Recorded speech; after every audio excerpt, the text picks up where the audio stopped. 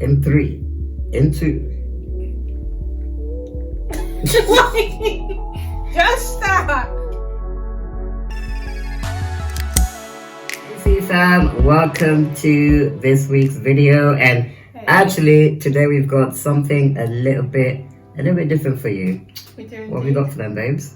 So, as you guys may know from our answering your questions video, aside from being new YouTubers, outside of this, we're also really into personal development and basically supporting people to lead successful life, whatever that looks like for them. So in this video, we thought we'd kind of take you behind the scenes of what that's looking like for us in 2021, and we wanted to share with you guys a couple of habits for success that we'll be adopting this year, and we'd love it if you guys could come along with us as well. Also, on that note, if you aren't following both of us on Instagram, it will come up on the screen. Make sure you do, because this is where you'll be able to keep up with us. We can hold you accountable as well to see if you're sticking to your healthy habits. So yeah, that's what this video is going to be all about. We're going to share with you guys a couple of the things that we're doing this year, and hopefully it might inspire you to write your own, or try a few of the ones that we're doing. Yeah, just copy us if you want to. Exactly. Cool, so I'll kick it off. The first habit I'm going to be adopting in 2021 for success is just healthy eating, or let me not say just healthy eating, but prioritizing health.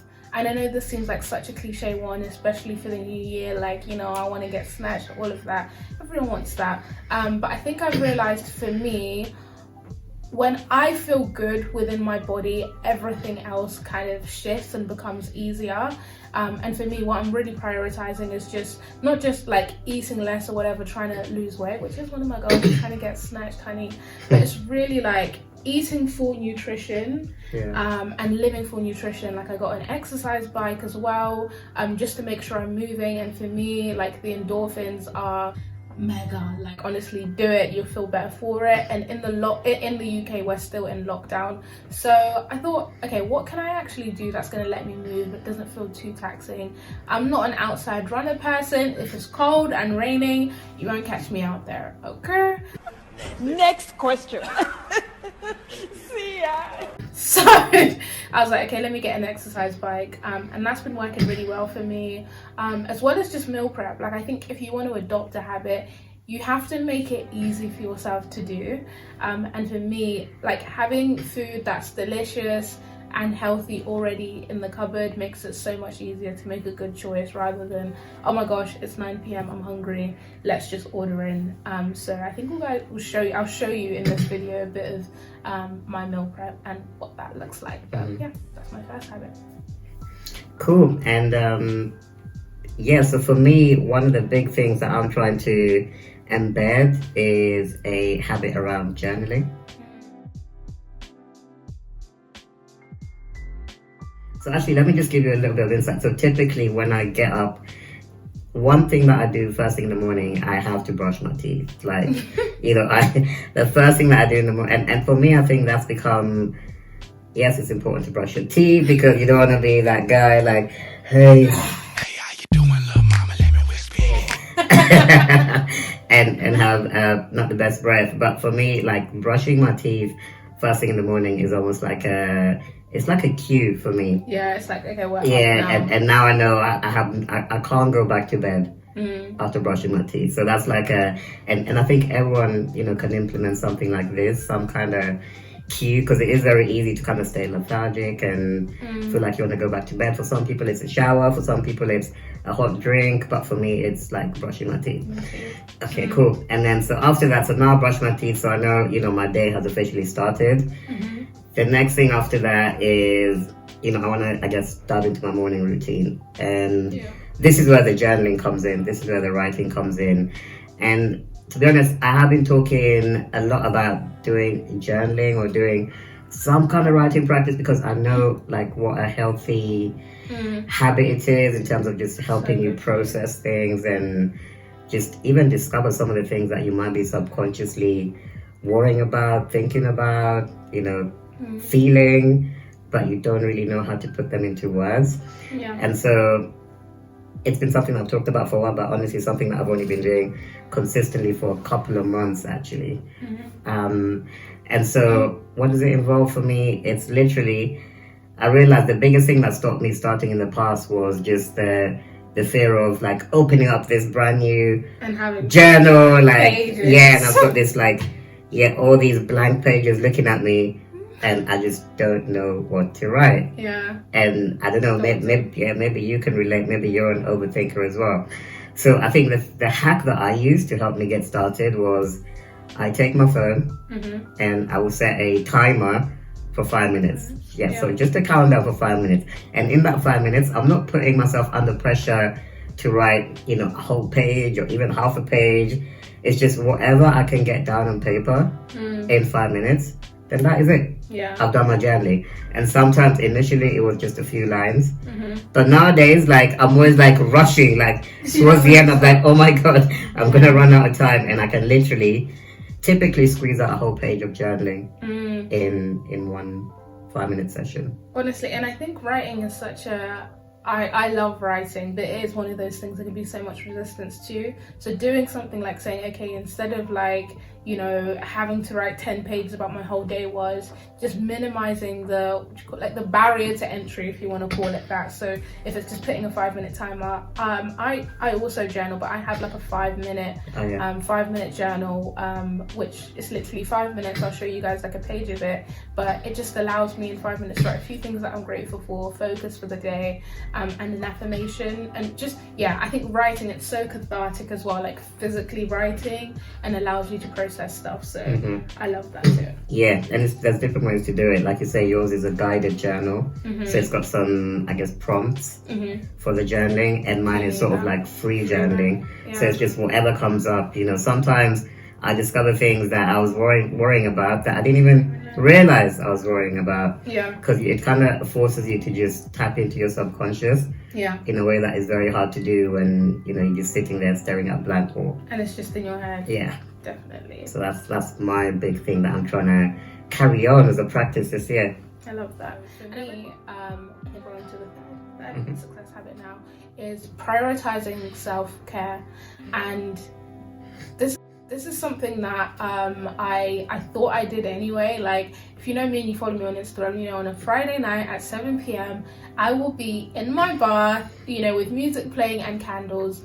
But for me, it's realizing, I think I used to almost use it as like a treat for having, it's been a long, hard week, let me do self-care. But now I'm really incorporating it into my lifestyle, whether it's, and not just saying, okay, cool, self-care, so automatically jumping to have a bubble bath, although that's great, and I really do love that. It makes me feel, recharged, relaxed. It's also asking, okay, where do I actually feel depleted? And sometimes it could be like physically, so a bath is really good for that, relaxing your muscles. Sometimes it could actually be emotionally, I feel depleted. So maybe for me, self-care looks like reading poetry for me, which really fills me up, or having a conversation with a friend, or just sitting and having a cuddle on the sofa with my husband. So it's really asking, okay, where do I feel depleted?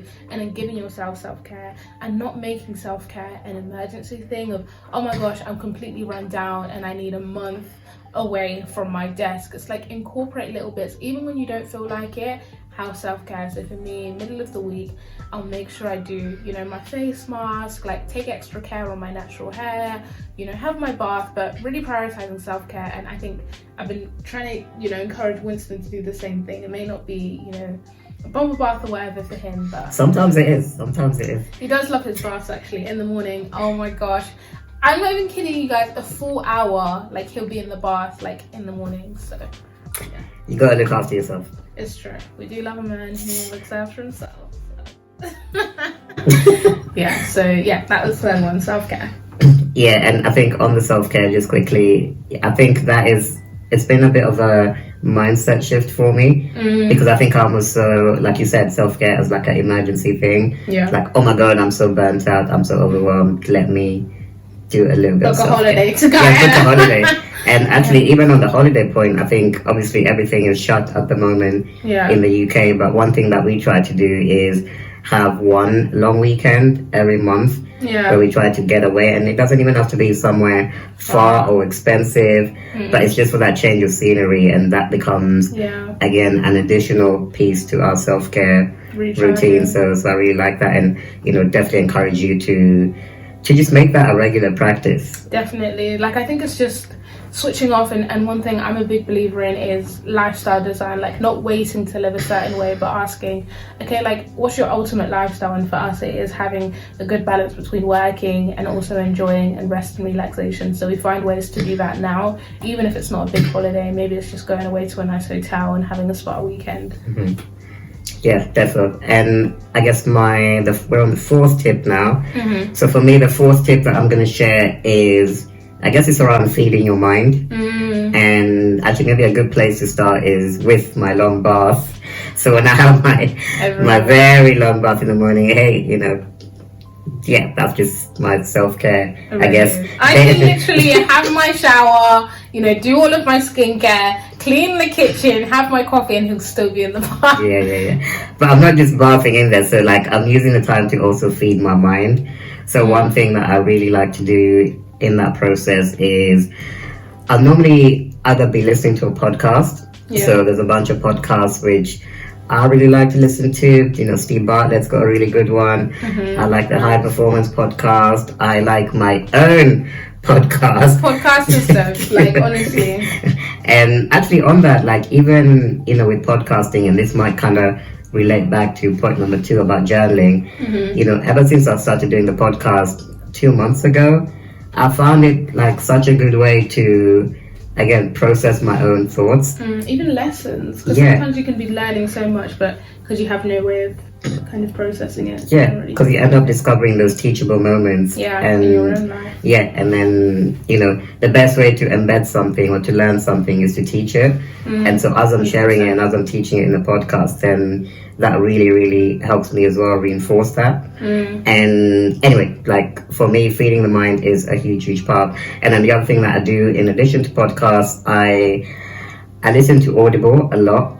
And typically what I've learned works best for me is to have multiple books on the go. So I'll typically have like 3 books at the same time. So what are you reading at the moment? So and let us know what you're reading at the moment, or listening to on Audible.